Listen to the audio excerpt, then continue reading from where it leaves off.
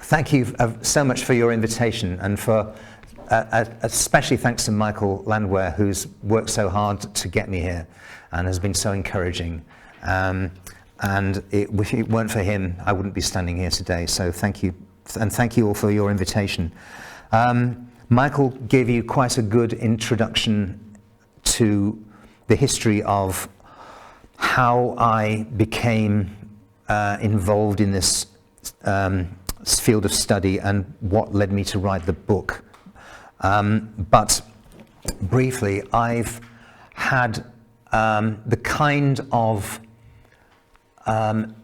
quote, interesting life that a lot of abductees have. They live weird lives, and not myself, but a lot of them see ghosts, and they have strange experiences, and they're highly intuitive, and they feel they're somehow special, and they feel they're not like normal people, and they sometimes have very low self-esteem, and they're interested in spiritualism and the occult and strange things like that, and far more so than normal people in the population.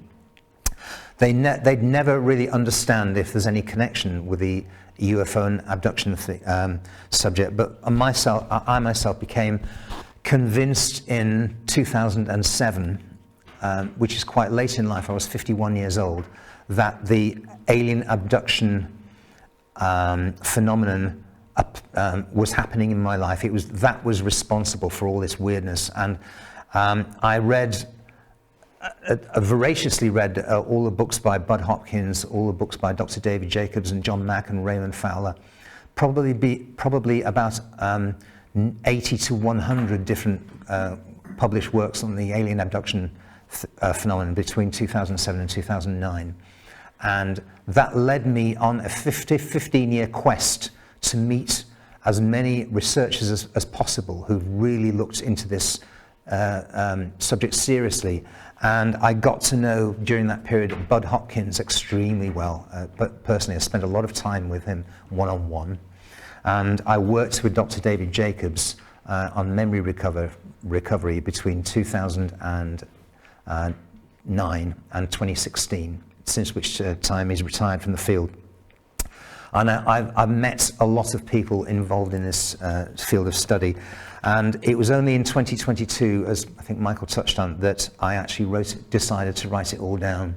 My wife Janice was one of the main people who motivated me to write the book, nagged me into it, but really because she thought I might leave the world without recording all this stuff. And so I began writing in 2022 and published the book in September that year. And the first edition was sold really well for 6 months, and then Amazon suddenly cancelled my accounts in very mysterious circumstances, and the book was taken off the market. It was published by Kindle Direct Publishing. That's a whole story in itself, but I won't go into that in any detail. But I republished with Grosvenor House Publishing, a very high quality small publisher in southeast England, and the book is now available in a second edition in a hardcover, a cloth-bound hardcover, paperback, and an ebook.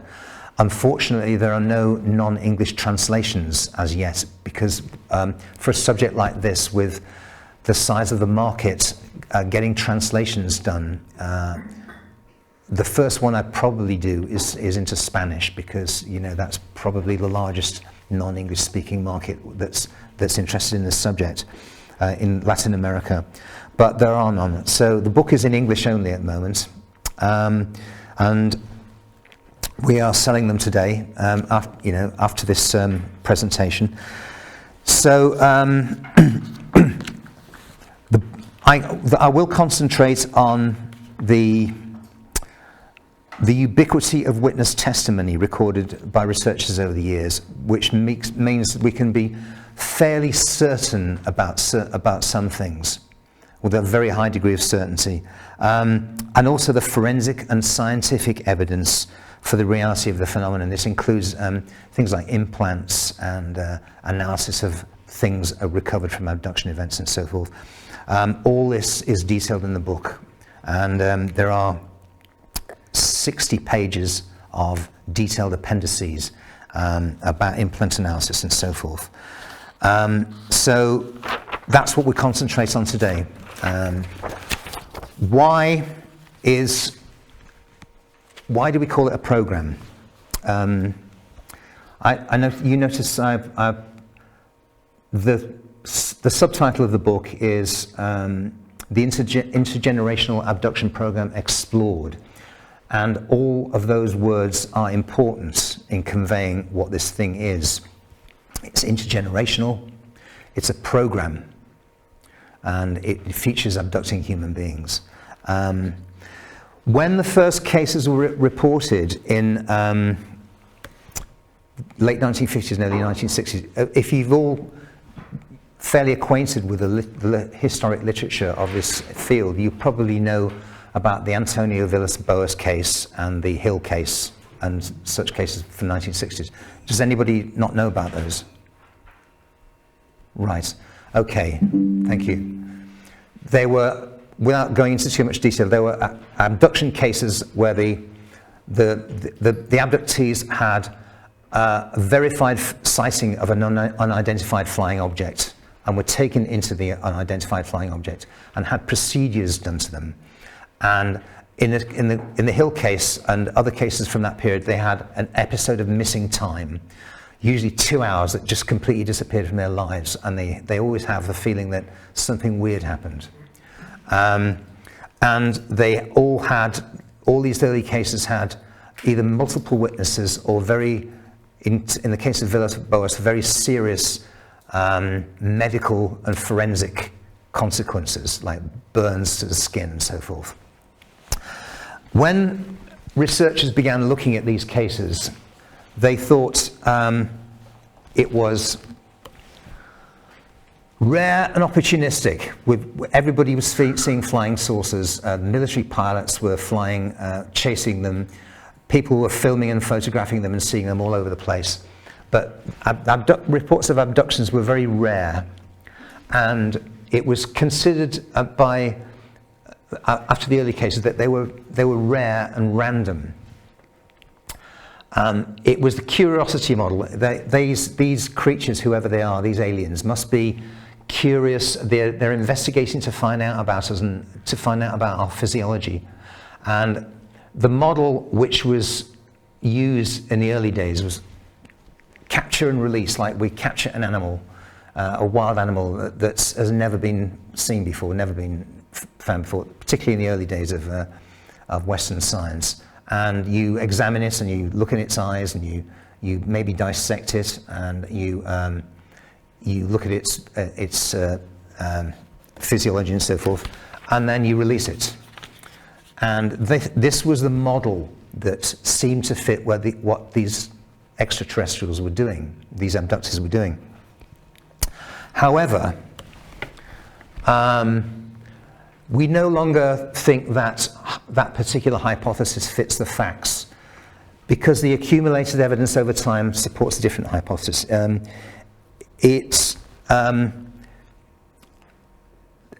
The abductors are engaged in a structured, multi-generational program. A percentage of the population, the human population, is targeted, and the program has very specific objectives and goals. Now, I'll try and get into this during the lecture.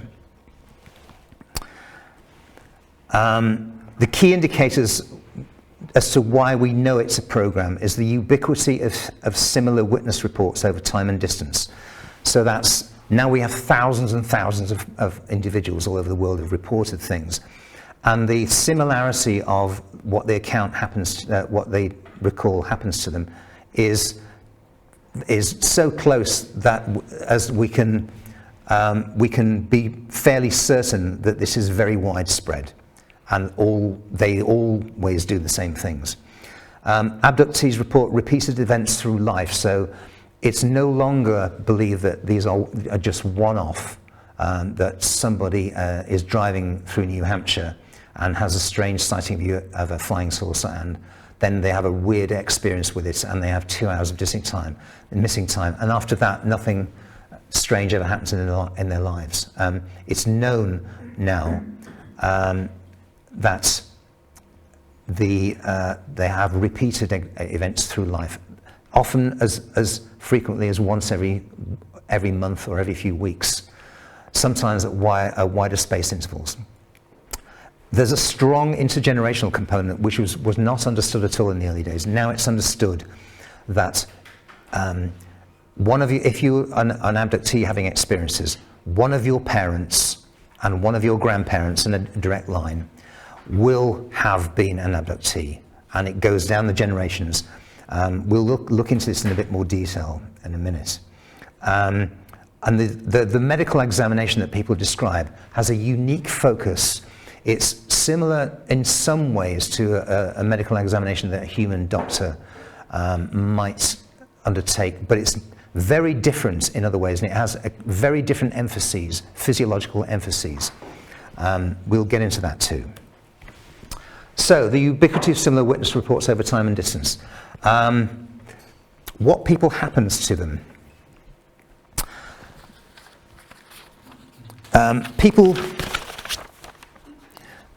These people report being taken suddenly with little or no warning out of their ordinary lives by strange beings, transported into an obviously artificially constructed interior space, and placed on a plain, hard, horizontal surface which reminds them of a medical examination or operating table, then subjected to a range of physical and mental, quasi-medical and often anatomically invasive procedures.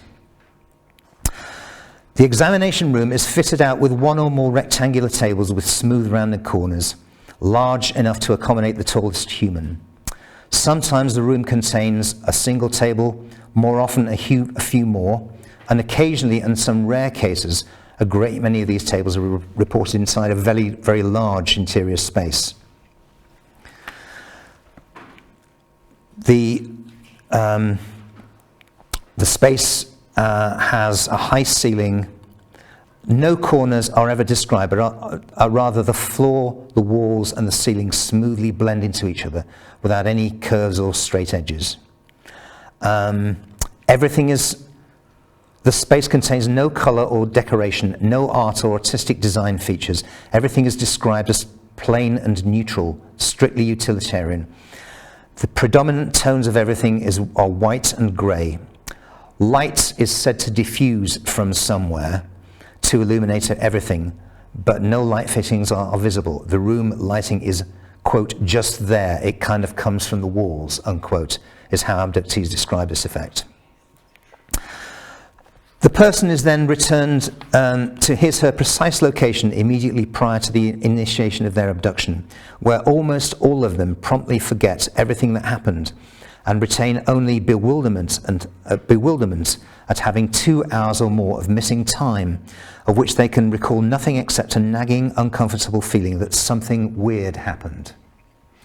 Following the experience, marks and scars are often discovered on the body. Straight-line scars, long and prominent, scoop marks on soft tissue areas that like the back of the thighs and the calves, precise triangular patterns of fresh puncture marks, and numerous other patterns, unusual bruises and burns. None of these things have a prosaic explanation and invariably result in puzzlement, but are usually shrugged off with thoughts like I can't remember how I did that, or I must have bashed it on the bedpost while sleeping, or other similar explanations which we cook up to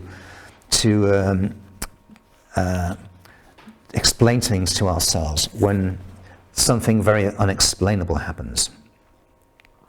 Now,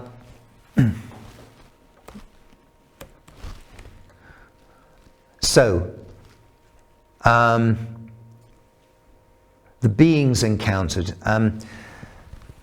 Types of beings most often reported. This does vary a little bit according to memory and confabulation, but the abductors have for decades consistently been reported to be thin, spindly humanoids. hairless with abnormally large heads for their bodies, and enormous almond-shaped, very dark eyes with no detectable pupil or white area. They are described as having a small slit for a mouth, a tiny vestigial nose, and a hole in each side of the head where human ears would be.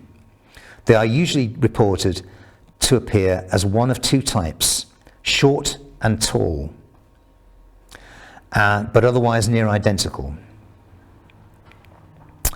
The skin color is usually described as light grey, but occasionally as dark grey, tan, or very pale white.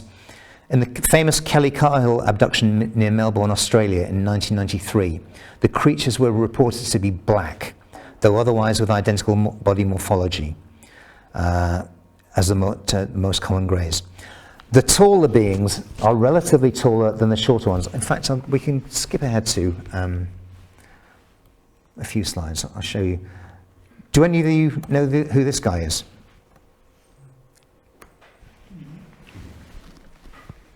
Do you know who this guy is?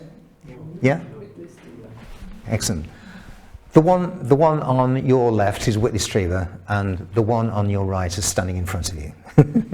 This was in Sussex last week. I spent a day with Whitley last week.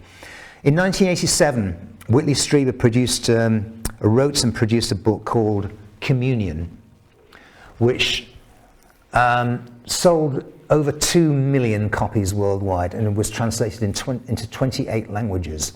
And it was without question the most widely known, recognized, and widely read work on this subject.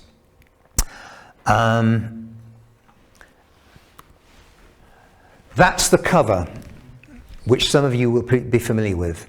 That is Whitley Strieber's recollection of the entities that abducted him and who he dealt with, the grey aliens, with the large black almond-shaped eyes, the dome-shaped head, and the small mouth. It was painted by somebody called Ted Seth Jacobs, who was an artist who worked under Whitley's instructions and got it pretty much as Whitley wanted it to be. There's certain things about it that most abductees say aren't quite right. As an example, the head, the cranium, is quite a bit larger from most abductees described. It's quite a bit taller. The mouth is a little bit smaller, the neck is a little bit smaller, and the nose is a little bit smaller. But basically, there's something about this image that has a visceral power that is such that when a lot of people bought and read that book in the 1980s and 1990s, a lot of them have said to me they can't put the book down face upwards on the bedside table. They have to put it down face downwards on the bedside table because it's too disturbing if they have it upwards facing into the room. That's how powerful it is. So that tells you there's something about the image that is essentially right, is essentially true to life. It has the kind of effect on people that manufactured monsters by Hollywood and so forth don't have. They don't have that visceral, disturbing power of just a still image. So that's the greys look like that. The grey aliens, which are described as the taller beings. They come in two types: a taller and smaller type. The taller beings are usually described as being either male or female, interestingly enough. Although no sexual organs or secondary sexual characteristics are ever seen or described, abductees merely report that some of the taller ones seem male and some of them seem female, and they can tell the gender difference easily when telepathically addressed by the beings. Curiously, all the smaller grey beings are usually described as being male in nature. Many abductees are definite about this and certain that the gender issue is unambiguous. The small greys are all guys and none of them are girls. A small number of abductees, however, think that the small greys seem neuter or sexless, and some of them think they're automatons or robots of some kind. This is not a view that I share, but that's what some abductees think. The shorter ones, between 3 feet and 3 feet 6 inches, that's around about 1 meter high, usually work in groups of 3. They retrieve the abductee from her normal environment and transport her, paralyzed and helpless, to the examination site by some kind of levitation.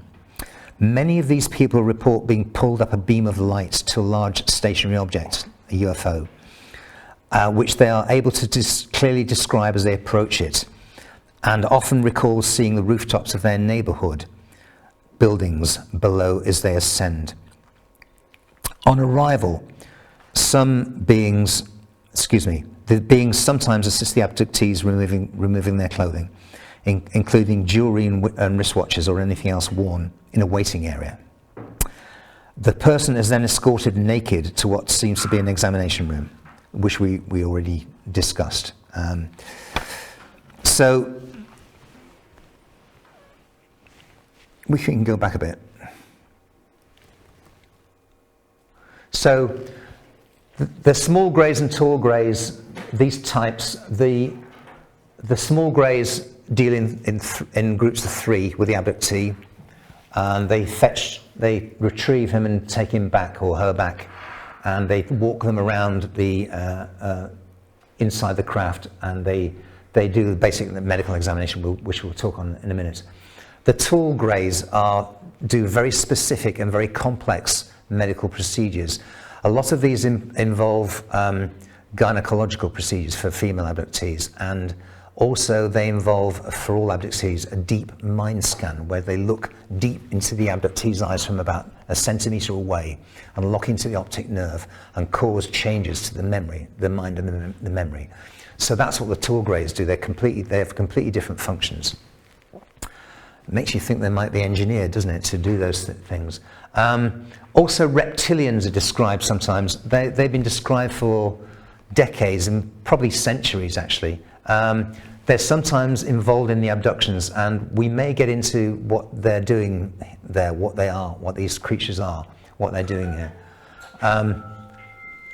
Some of them are described as having like snake heads, or they're usually described as having yellow eyes. They're often described as being physically larger than any of the other entities, but they're always doing the same things. They're always assisting with the abduction procedures. Also, human-looking ones are described, which is interesting.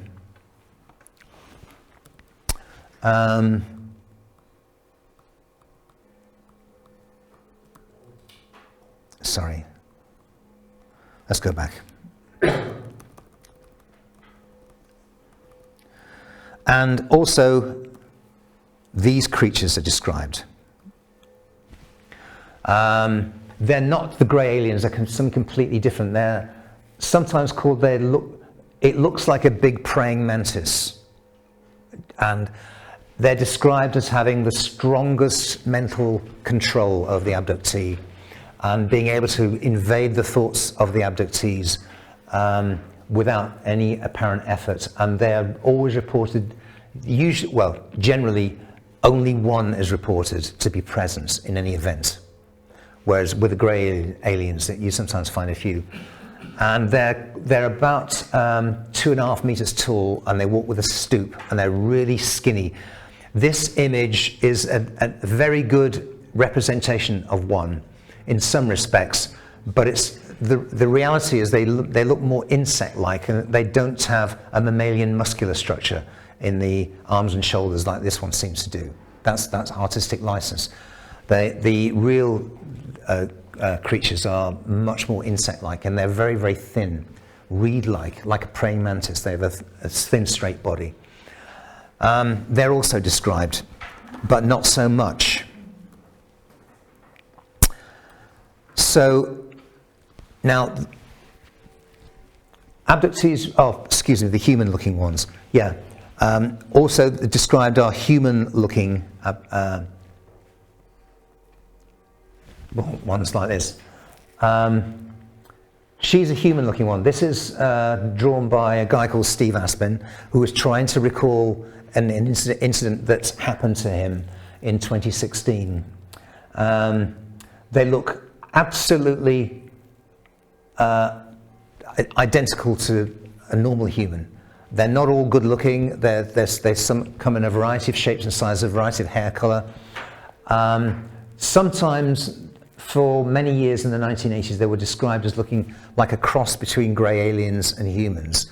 But now, in recent years, they look more and more human-like.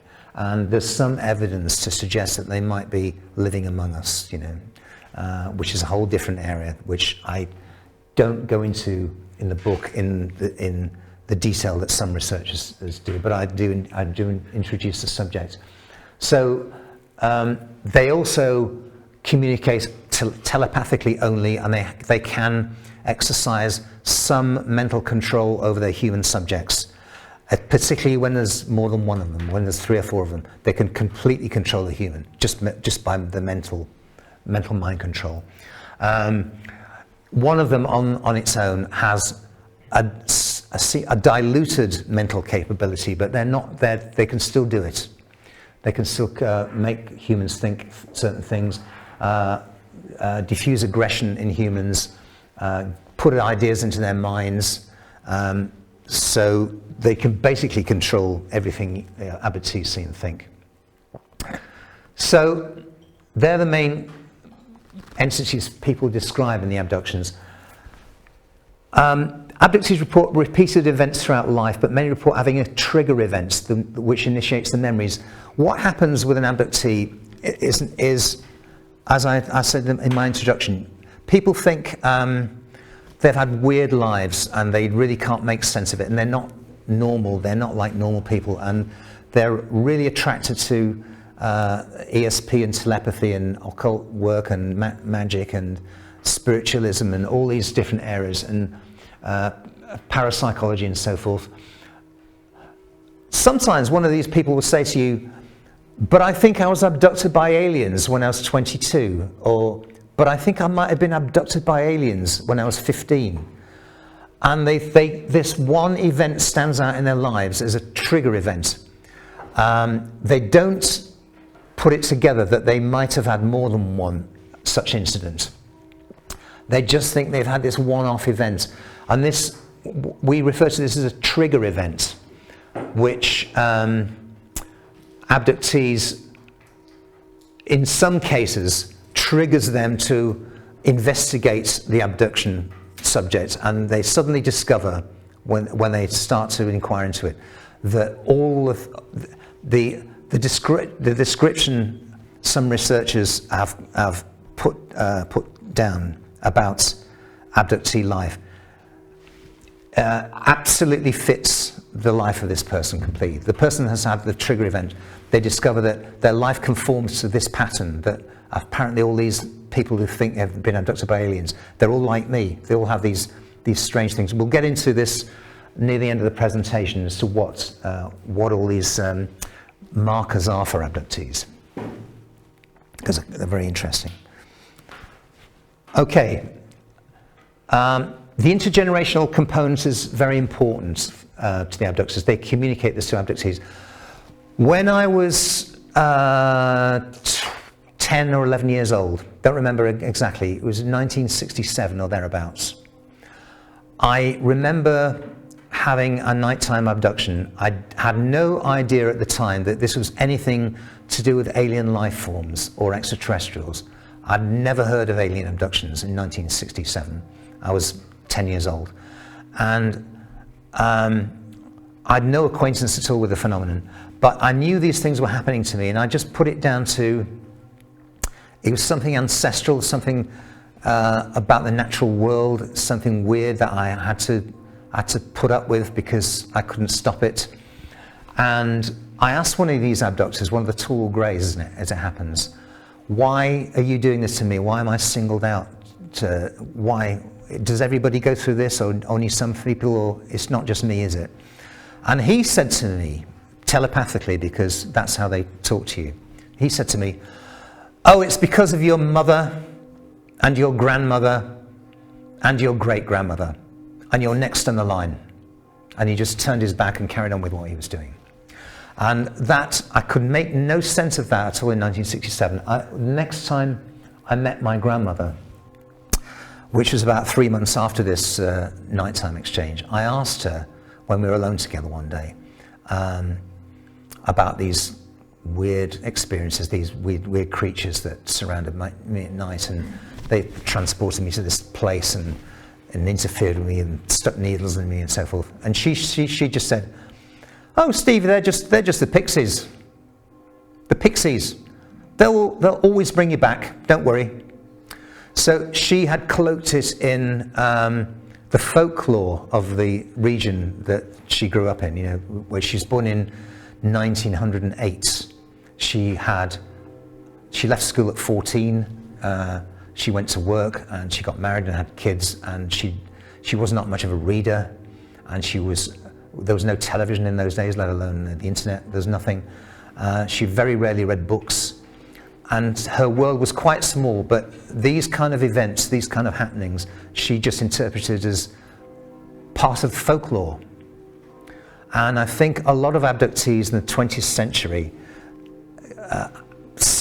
came to similar conclusions about what was happening to them. It was part of folklore. It was the pixies, the fairies, and it's, you know, these Magonia type explanations kind of fit or what was happening to people. So that's what she thought it was. But the abductors do communicate this to abductees when they ask. The problem is that there's a missing time phenomenon, which is an integral part of this subject as well.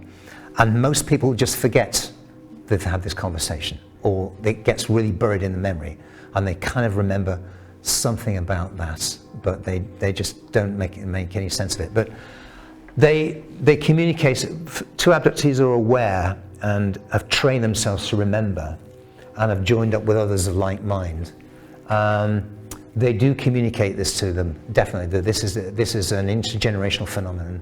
Your mother, your father, your grandfather, your grandmother, your great-grandfather, your great-grandmother, one of those up the line was an abductee, and then his child, and then her child, and then his child, and now you. That's the reason you're here. It's an intergenerational program.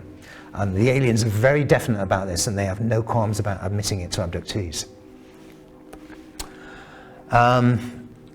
Sorry, going the wrong way. Now, the medical examination. This is a very specific focus. Show you some slides. This is a scoop mark from my right shoulder, which doesn't look exactly like that anymore, because in December 2008, it was biopsied by a dermatopathologist in a Manhattan dermatopathology clinic, and subsequently it was analysed, and the wound was stitched. So it's changed the way it looks because of this medical interference by a human doctor. But we wanted to know, or the film crew, the film company making a film about Bud Hopkins and his life and work, wanted some abductees with fresh scoop mark scars, so they could take these abductees to this dermatology clinic and film this procedure and report on it. So that's why I was invited to New York City in December 2008 to do this, and this particular scar was biopsied. Many of you will know about this, some of you may not. One of the things they do is they take a piece of flesh, maybe 1 centimeter diameter, and it's usually joined in the middle. It's like it's taken out with a claw-like instrument, and it's joined in the middle. And when the abductees returned at the end of the process, there's no bleeding, there's no pain. It looks like scar tissue that's been there for 10 years. It's immediately healed, but it appears literally overnight. And they're called scoop marks, and they're very, very common with abductees. They're usually done on the shoulders or the back of the thigh, or somewhere where the abductee won't notice them so much. the part of the body where it won't be noticed. These are puncture marks. Again, they usually occur in patterns of, there's a triangle, an isosceles triangle there, and there's a one off to one side. This is also very, very common with abductees. They have these marks, usually in geometric patterns. I woke up in 2021 with one on my thumb joint here, and it was bleeding. It was 3 o'clock in the morning, and I woke up and I told Janice, I've got my thumb has got blood coming out of it. I've just been asleep in bed with you. What's going on? I went into the kitchen, which is the adjacent room, and put the bright lights on, and I could see this blood oozing out of these three. I didn't have the presence of mind to photograph it at the time, and by the next morning it was scabbed over, and it formed a complete scab over all 3 wounds. But this is very, very common with abductees. They have these little needle puncture marks on their skin. We're not certain why they do this, but they do. Something else that they have done is this, these burn marks around the ankles. These are taken from my leg in 2013, actually. And I had them on both legs, but I've only photographed one leg. And I woke up with them in the morning, and they have these great big bruises and like burn marks. And again, there's no pain, and there's no discomfort. They're very disfiguring. They heal over time. They take about 2 weeks to heal. But this is fairly common with abductees to wake up sometimes with these marks around their ankles. So, the medical examination. This is carried out by between 2 and 4 small greys. There's the little aliens, the little 1 meter tall ones. They start at the feet and work upwards. The instrument, an instrument is scraped over the feet, and they palpate the calves, and that's the area at the back of the shin, and they flex the joints. The uterine wall is inspected with female abductees with an instrument, and they sometimes take a sample. With male abductees, they palpate the genitals and seem to make sure that everything's working okay. And they take the head between their little hands, and they move it around to check for, we think they're checking for the thyroid, or whether the cervical vertebrae are working okay. They examine the ears, the eyes, and the mouth, and the cervical vertebrae. Now, the spinal examination is, they usually turn the abductee on his or her side, and one of these little creatures runs his fingers right down the spine from the cervical vertebrae to the coccyx, and then sometimes another one will do the same thing, and they take a lot of time over this to make, for some reason, this spinal examination is the most central part of the examination that the abductees go through. So there's obviously something very important about spinal function, which they want to make sure is working okay. Sometimes they turn the abductee on his or her stomach, and they do a rectal examination with a little thing like a wire whisk, which is a little spiral piece of metal, and they push it in and pull it out, and then they take it off for analysis. They pay close attention to the skin and any recent marks the abductees acquired which they've not caused. They're very curious about. Have you got sunburned? Have you had dental work done? Any marks like fractures which have been caused by a fall? Grazes and bruises on the skin if they've fallen off a bicycle or fallen over in the street. They'll be very meticulously curious about those things, which, if a human doctor were doing an examination, he probably wouldn't be that concerned about these things, but they are. So, core thing, main takeaway is the examination tables and instruments that are used on abductees are obviously purpose designed for use on human anatomy. So they're not this is where the random, the curiosity hypothesis falls down. You think if they were going to different star systems or going to different places and abducting creatures from other places, and they came across humans, the human would be in an environment where it would not be an environment where all the examination tables are precisely sized for human anatomy, and all the instruments are precisely designed for use on human anatomy. So this is very significant. This is why we know it's a program on humans, and we know it's a big program. So to summarize, the ubiquity of similar witness reports over time and distance. Abductees report repeated events throughout life. It's an intergenerational component, 3, 4, 5, 6 generations. A unique focus of the medical examination, which is not like a human medical examination in detail. And the examination tables and instruments are purpose designed to fit human anatomy. So these all lead to the conclusion that a program is going on. There's also things called primary procedures, which include in medical examination. Secondary procedures, these are, the primary procedures are almost carried out on almost all abductees all the time. The secondary procedures are carried out only sometimes, and only on some abductees. The secondary procedures would, sometimes abductees are subject to scanning devices, so they're laying on a table with like, some people describe them as like tough Velcro, and some as metallic, these clasps around the ankles. And the tables is tilted into an upright position like that, vertical position, and they have a scanning device run over their body.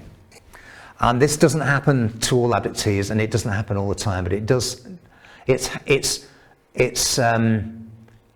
described enough times to know that it's a secondary procedure. You have ancillary procedures sometimes. Also, these secondary procedures. There's sometimes an abductee is immersed in a tank of liquid. So this is like a big tank, like a big perspex tank. It's probably not perspex, but it can be seen through. And this tank is then filled up with liquid, and the abductee is scared and afraid they're going to drown. But when the liquid goes over their head, they find out they can breathe perfectly normally in this liquid substance. And that's really strange, and the abductee is kept in there for about 5 minutes, and all these aliens look at him or her, and finally they're taken out. And nobody knows what they're doing. Nobody knows what this is about. But it leads to some abductees having a paranoia about drowning and being scared of deep water. And this is the reason for it. The ancillary procedures are things like scanning, that staging procedures, and where they put something in an abductee's mind, and the abductee thinks that they're seeing something else, like they think they're seeing somebody being murdered, or they think that they're being asked to press a button and cause the abductees to suffer, the person to suffer something. And these staging procedures are quite complicated. Again, they're rarely reported, but they're reported enough times to know that people are not really making it up, because there's so many people who describe these things, and the detail is so profound. So now, key components of the program. First one is secrecy. The second one is exotic technologies. The third one is it's a global phenomenon with male and female numbers roughly identical. It's intergenerational in both directions. Control of human neurology includes intentional memory blocking. This is a vital part of the company, of the program. And it's telepathic communication. How are we doing for time? Wow. Okay. Let's just race through these. Secrecy is vital to the program, because if the abductors, if the human population realizes the abduction program is going on, if there's enough evidence for it, which is unignorable in the public domain, then the subject population might take steps to stop it. Advanced and sophisticated technology is deployed. The craft are invisible. Nobody knows why they can do this. The craft can be there. People can see it and then it's gone. The abductors and abductee being moved is sometimes almost invariably not seen.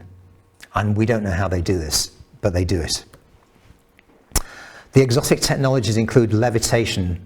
So the abductee will be either got out if they're in bed, because obviously nighttime abductions means that the person is less likely to be missed. So a lot of people describe being abducted at night. Sometimes the abductee is woken up and walked into a different room. And then in this different room, they'll be taken through a glass door or a glass window. And somehow this is easier for the aliens to do than taking them through a thick brick wall, which seems to be a bit more of a challenge for their technology. But they can suspend the atomic structures of solid objects. So people are sometimes taken through car windshields, car roofs. They're moved through office blocks. They move through the floors and ceilings of office blocks, believe it or not. The aliens themselves sometimes appear through the walls. This has led to a lot of people thinking the abduction subject is something magical, because people are moved through walls.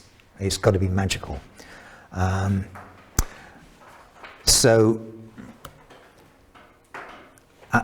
Reports of abduction events are worldwide.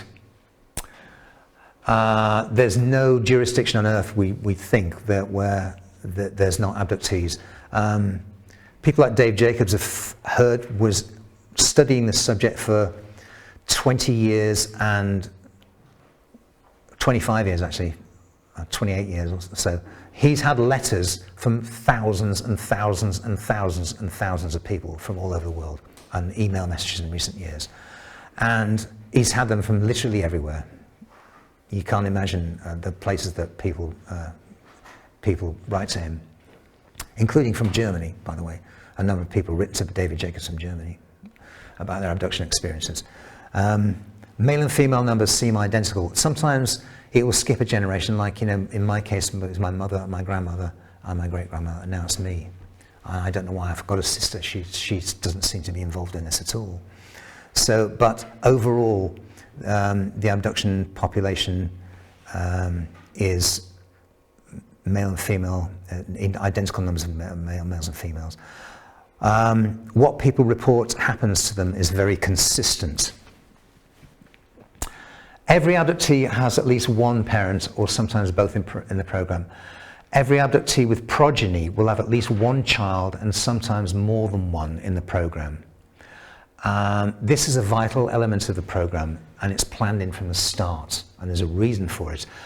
They're doing something to these abductees which for some reason seems to take several generations, and it's my personal view, because we have some evidence for this, which we won't have time to go into today, that they're modifying the genetic code of the abductee population very slightly in ways that we can't even recognize and see.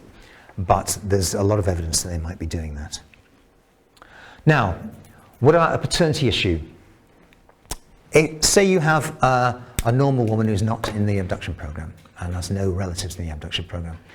She goes on holiday somewhere exotic, and she has an affair, holiday romance, and she comes back and discovers she's pregnant. And she decides to have the child because she was very fond of this guy and he's disappeared. The guy might even be, the guy she might have met, she has met, who fathered the child, might be an abductee. If he were an abductee and this child is born from this woman in a different country, how would the aliens know? How could they tell? Could they tell? My intuition is that they will know somehow. I know they can read abductees' minds, and they can investigate the history of their activity and what they've been doing. But I don't think that's the reason. I think there's something about the child which they will recognize in its genetic code. Maybe it's radiation. There's something about the child they will know, and they will know. And he or she will probably be abducted into the program like his father, but not like his mother. So the missing time elements. What about this? The mind scan procedures are very central to all this. I can tell you what we know about this, which isn't very much. Well, it's actually quite a lot, actually. For years, abductees reported that one of the more bizarre procedures the taller aliens engage in during their examination is this staring into the abductee's eyes at very close range, usually with their heads almost touching. They claim this process takes several minutes and occurs every time they're abducted without exception. Abductees describe awareness of their brain patterns being accessed and manipulated during this procedure, experiencing actual physical sensations in the internal organs of the body, with emotions of euphoria, anger, fear, or sexual desire frequently aroused. The alien's ability to stare into the abductee's eyes and affect a wide range of changes in brain function is extraordinary. At first it seems almost supernatural or mystical. But the supernatural and mystical are not part of the abduction phenomenon. The aliens use their advanced knowledge of human physiology to control them and ensure that the alien agenda is complied with and secrecy maintained. So this is one of the things they do. The aliens' ability to control humans comes through the manipulation of the human brain. For example, when the alien moves close to the abductee's eyes to begin the staring procedure, almost immediately the abductee feels emotional and physical effects. One way to explain this is that the alien uses the optic nerve to gain entrance to the brain's neural pathways. By exciting impulses in the optic nerve, the alien is able to travel along the optic neural pathway through the optic chiasma into the lateral genticulate body, and then into the primary visual cortex at the back of the brain. Now from there, you see, he can travel to the secondary visual cortex and stimulate neural sites. From there, they can reconstitute abductees' memories, inject new images directly into the visual cortex, bypassing normal retinal observations and causing people to see things that become part of their memories. He can activate sites within the limbic system that causes strong emotions such as fear, anger, and affection. He can create sexual arousal and builds relentlessly to a peak, and he can institute a form of amnesia that helps to produce, that helps to preserve secrecy. See, this is an artist's illustration of the mind scan procedures. In practice, the abductee is usually lying horizontal, and the alien leans over them and stares into their eyes like that. But this abductee seems to be more upright, which is, artistic license. But it's usually one of the taller greys, and occasionally it's one of the mantis-like beings. But the other creatures described never engage in mind scan. The taller greys are the ones that do this. And they do this because nobody really knows how they do this, but they tell abductees sometimes, you're not going to remember anything. Now that instruction on its own doesn't mean the abductee won't remember anything. What they're doing is describing to the abductee what's going to happen to them. You won't remember any of this. Yeah? And what they then do is lock into the abductee's brain through the eyes and bury the memory somehow of these 2 hours in the long-term memory, which is why when the abductee comes back to Earth, so to speak, and wakes up, they have no memory of it. And everybody describes missing time in the same way. The aliens' abilities to attach to the abductees' neural pathways is not automatic. They turn and twist their heads to get the best vantage point to lock into the optic nerve. They hold the abductee's head so that she will not make any movements that might disrupt engagements. One abductee had a mind scan procedure in which the first alien could not make an adequate attachment. After the first alien tried without success for several minutes, another alien took over, and the abductee immediately felt the effects of the mind scan. So this is what explains the missing time phenomenon. We don't really understand anything more than abductees describe at the end of the abduction experience. One of the tall greys looks into their eyes from that far away, and they begin to feel all kinds of sensations through their body and their physiology, and they begin to have memories, and they feel like their memories are being sorted through, and they're remembering hundreds of things all at once. And then the experience of the past 2 hours is just gone. Now, it hasn't disappeared, but it is in the long-term memory, which is why memory recovery by hypnosis helps to recover it. And I do spend a bit of time in my book describing how my experience of memory recovery and what's happening, what's actually happening.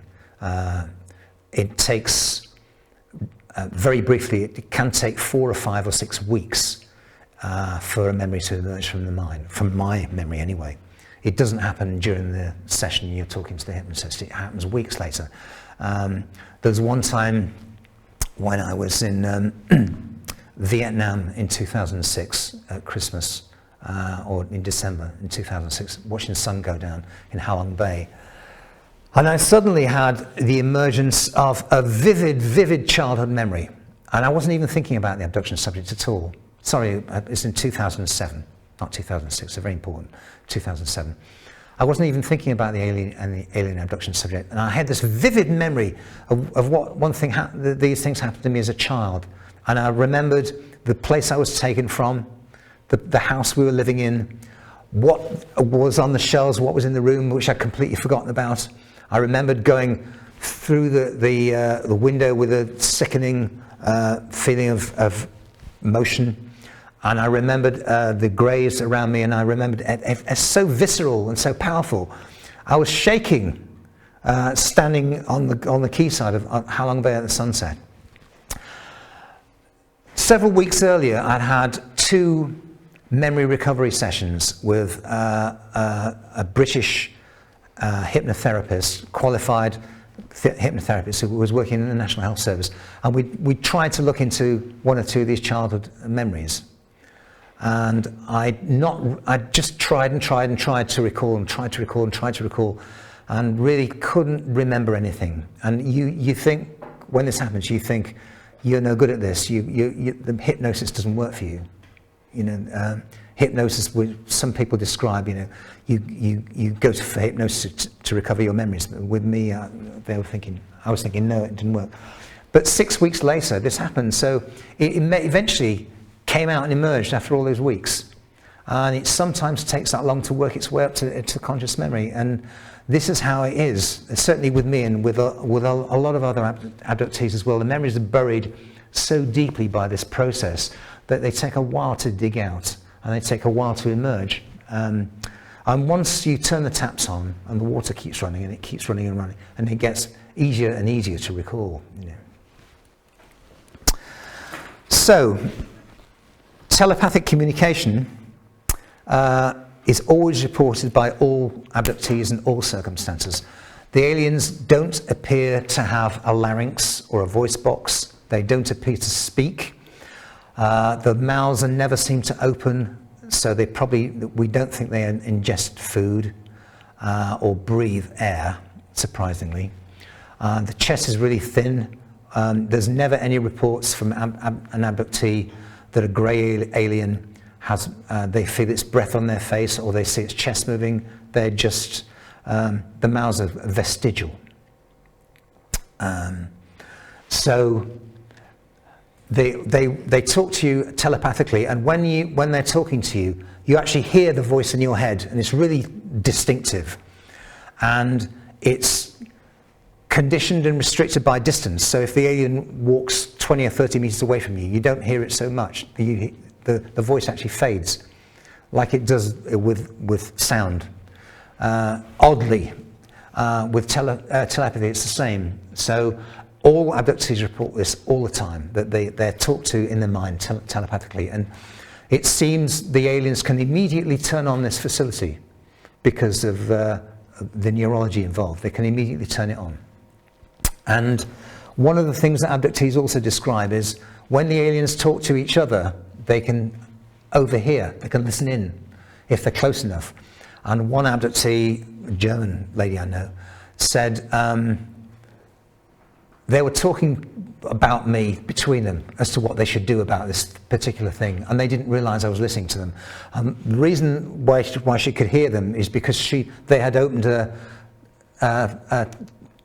telepathic faculties, and she was near enough to overhear them. So that seems to be a feature as well. It seems to be rather like sound. Abductees often report that they always speak to them in their language.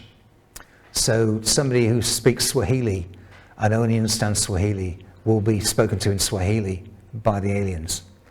And the same for Portuguese people and Chinese people. So it seems that when communicating telepathically from mind to mind, language just doesn't seem to be an issue. The abductees' mind will do the translation automatically. So everybody reports this. When the aliens speak to them, they just hear them in their own language. So that's an oddity of this thing that's always reported. Do you know who this guy is? You do? Who is it? Yeah. I got to know Bud between 2008 and 2011 when he died, and I spent a lot of one-on-one time with him because I felt it was really important to learn as much as possible, to pick his brains, if you like, and learn as much as possible about what he'd he had mountains of research. He had boxes and boxes and boxes of documents and tons of abductee testimony, and so many things that he didn't publish. A lot of our conversations were recorded, but at his request, I have not made the recordings public. And certainly he just said certainly within my lifetime, but I haven't made any of them public yet. He was interesting in many ways. Do all of you know who he was? Do anybody not know who Bud Hopkins was? Okay. He was born in West Virginia in 1931, and he went to Oberlin College in Ohio and became a professional artist. And he was a professional artist, a very successful professional artist, and he moved to New York City when he was 20, or 21 rather, in the 1950s. And he became a professional artist, and his works were collected by Omar Sharif, by Maximilian Schell, by a load of people you would consider household names have got big Bud Hopkins collections. And he's got works in the Museum of Modern Art, in the Guggenheim, and all these big prestigious institutions. But he had a UFO sighting in 1964 in Cape Cod in Massachusetts, and in the presence of his first wife, Joan Rich, and an English guy called Ted Rothon. And all three of them stopped the car and watched this thing in the sky, and that roused his interest in the subject, and he was interested. That interest continued at a low level, reading magazine articles, newspaper articles, and reading books now and again about the UFO subject, and collecting photographs. And then he had an experience. Something happened in 1979 to one of his neighbors, that this person reported that he'd seen a UFO land in a park in New Jersey, Hudson Park in New Jersey, in the middle of the night, because this guy ran a liquor store, and he cashed up his takings for the day, and then he drove home at 2 o'clock in the morning, or thereabouts. And he said he saw little creatures come out of this UFO and dig holes in the ground. And then they flew off in this UFO.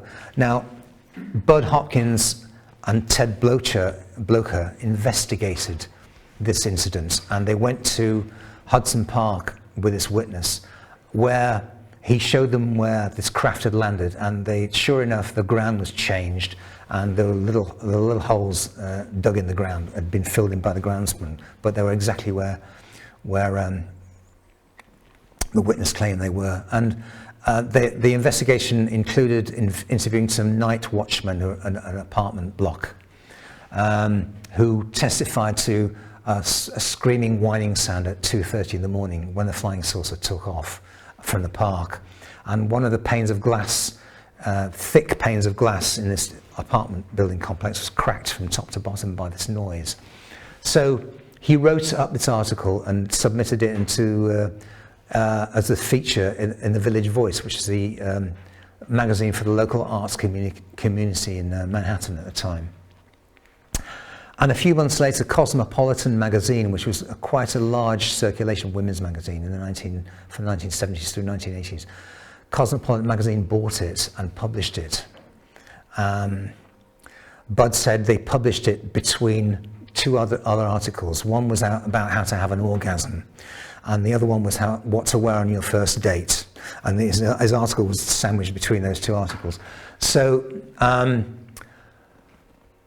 having Cosmopolitan had a circulation of millions, I think at the time, worldwide millions. And after publication of this article, thousands of people began to write to Bud Hopkins because they saw he'd written this article that he'd researched about this UFO landing, and they just took him to be an expert because, or somebody interested in the subject.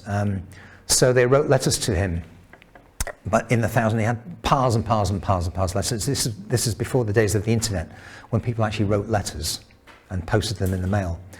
And so Bud had this stacks and stacks and stacks of mail. He noticed, he tried to read all of them, and he noticed that a fair percentage of people were describing the same thing. They were describing having seen a UFO in the sky, or a bright light in the sky, and they stopped the car to take a better look at it because it was really, really interesting. And then suddenly, it was 2 hours later, they'd lost 2 hours, so the clock was 2 hours advanced, or 2.5 hours advanced. And they had a feeling that something really weird had happened, which they couldn't quite get to. And so many people wrote to him about these experiences that he started to investigate what might be going on here. And he had a number of New York City psychiatrists and psychologists who were his customers, fans of his artworks that he was dealing with, and they were buying from him.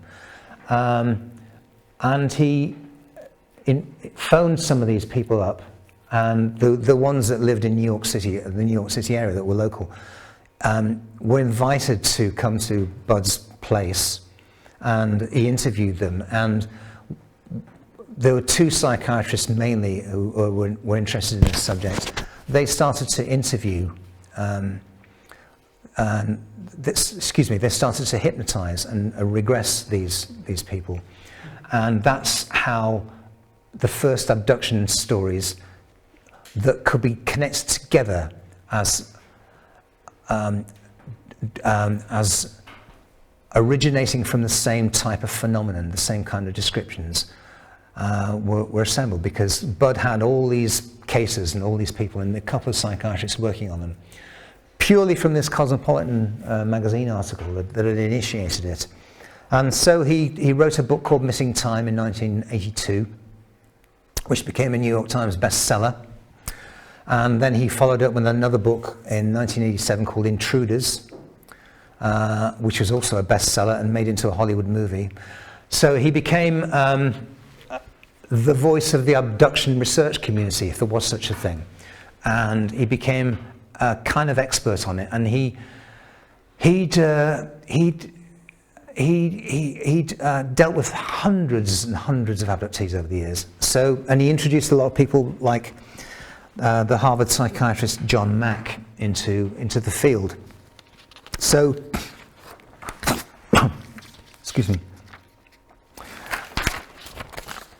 In the introduction to Intruders in 1987, he wrote this introduction, which is very pertinent to the attitudes. In a note to the excuse me, skip ahead. In a note to the reader at the beginning of his seminal 1987 book Intruders, Hopkins introduces the subject as follows. Whether you're a physicist, a housewife, a UFO researcher, or a dabber in the occult, this book will almost certainly strain your credibility to the breaking point. How are we doing for time? 15 minutes. Okay. I'll skip ahead a bit. One example of our inability to comprehend and believe the chilling truth is delineated in Walter LaCure's book, The Terrible Secret, a work which deals with the Holocaust. LaCure's research established that by the end of 1943, when a sizable proportion of the world's population had read or been told of Hitler's systematic liquidation of the Jewish people, this ongoing horror simply was not believed. The Nazis were evil, but that could not be true. Obviously, in this context, eyewitness accounts were irrelevant. LaCure describes a meeting between Jan Karski, a Polish eyewitness of the slaughter, and Frankfurt, and Judge Felix Frankfurter, excuse me, where Frankfurter simply declared that he did not believe Karski. When Karski protested, Frankfurter explained that he did not imply that Karski had in any way not told the truth. He simply meant that he could not believe it. There's a difference. So, and then Hopkins goes on to say, a majority of the world's scientists believe in the probability of extraterrestrial life existing somewhere in the universe. But basically, people just can't believe that they're here. Yeah, they just can't believe it. There's, I have skipped through a bit more now because I want to get to the final part of this talk, which is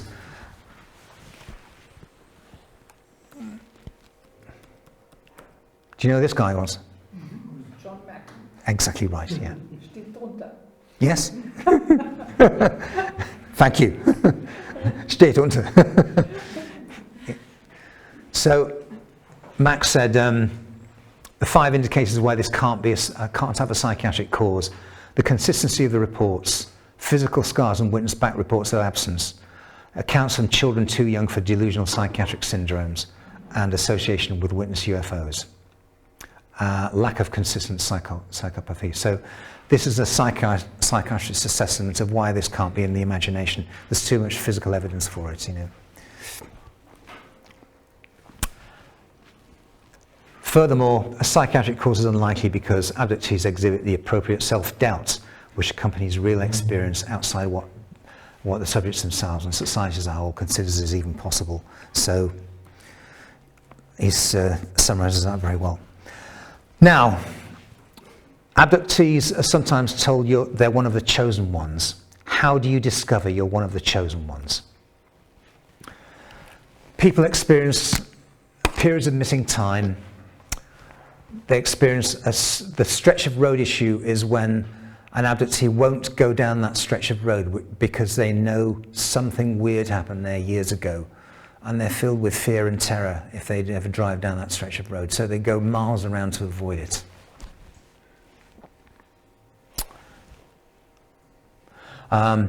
Some of them feel they have a secret mission and there's a great cataclysm coming. Low self-esteem is very common. They have psychic abilities, or they have an interest in psychic stuff. They're attracted to religion, spiritualism, mysticism. They're attracted to environmentalism. They have recurrent dreams of destruction. They have flying dreams. They have unexplained bodily scars. They wake with bruises or fractures on the body. They wake with leaves, twigs and soil in the bed, like they've been outside during the night. They wake up in strange night clothes occasionally, or they discover their night clothes folded on and put on a nearby chair, or they discover their night clothes are on backwards.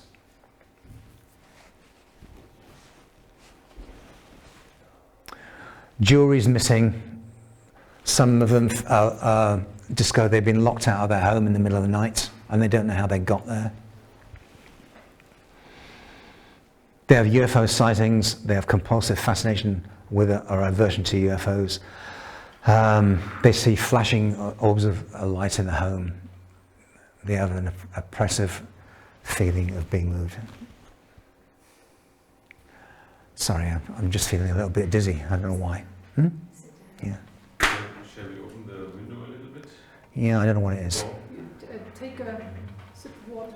Yeah. Yeah, that's.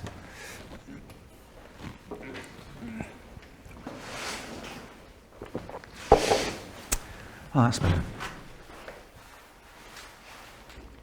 Aversion to doctors is very common. There are frequent recurring illnesses like sinus problems, gastric problems, headaches particularly is very common, very severe sinus headaches. They have a compulsion to visit a specific location. They have clinical phobias about heights or snakes or insects.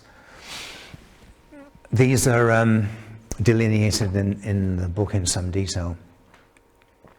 They have nosebleeds. That's a really common one. They have ringing in the ears. Steve, do you want me to do if you want to sit down, would you like me to press the button there and move the slides? Yeah, we're nearly through actually, but you can come up here, yeah. Just tell me. In chapter 3 of Out of Time, I go through all these points in a lot more detail than are illustrated here. There's a little bit more detail for each factor. You know, they wake up with pain. They've got polycystic ovaries are very common in female abductees, surprisingly. You know what polycystic ovaries are? Yes? Most of you are scientifically inclined, so you probably do know. They're very, very common. Some of them have missing pregnancies. The pregnancies disappear without trace. They can never explain why. Okay. Yeah, sure. Sometimes they describe that electronic gadgets and devices just function when they walk past them. They walk into a room and the computers go off, or they're walking down the street at night and the street lights start blinking and buzzing as they walk under them. I've had a couple of abductees that would claim that that happens to them. They sometimes say they can listen to others' thoughts. They can telepathically understand what other people are thinking. So there's a whole range of markers. There are actually 35 of these markers that I've gathered over the years. Some happen to me. Some of them obviously don't happen to me, like missing pregnancies. But every abductee will recognize at least about 10 of these things apply to them in their lives. So that's how you can find out if you're one of the chosen ones, or might be. You know, you want to flip back through them, Jen, one at a time? You want me to go backwards? Yeah, just backwards. Yeah. Okay. Yeah, just tell me where to start. I'll just go back.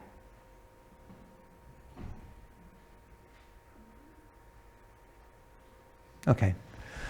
Can we skip forward now? Because we're running out of time. Right. Most abductees do not welcome abductions and want them to stop. Almost all, with rare exceptions, want to avoid any kind of public exposure Fear of ridicule keeps many from seeking help or even discussing their experiences with anyone. High-functioning people who report abduction experiences testify their own interests, knowing that public exposure could seriously impair or ruin their careers. Okay. The program is rarely impeded by its target population from the realization of its objectives, whatever they eventually turn out to be. So that's what I conclude with. Final slide.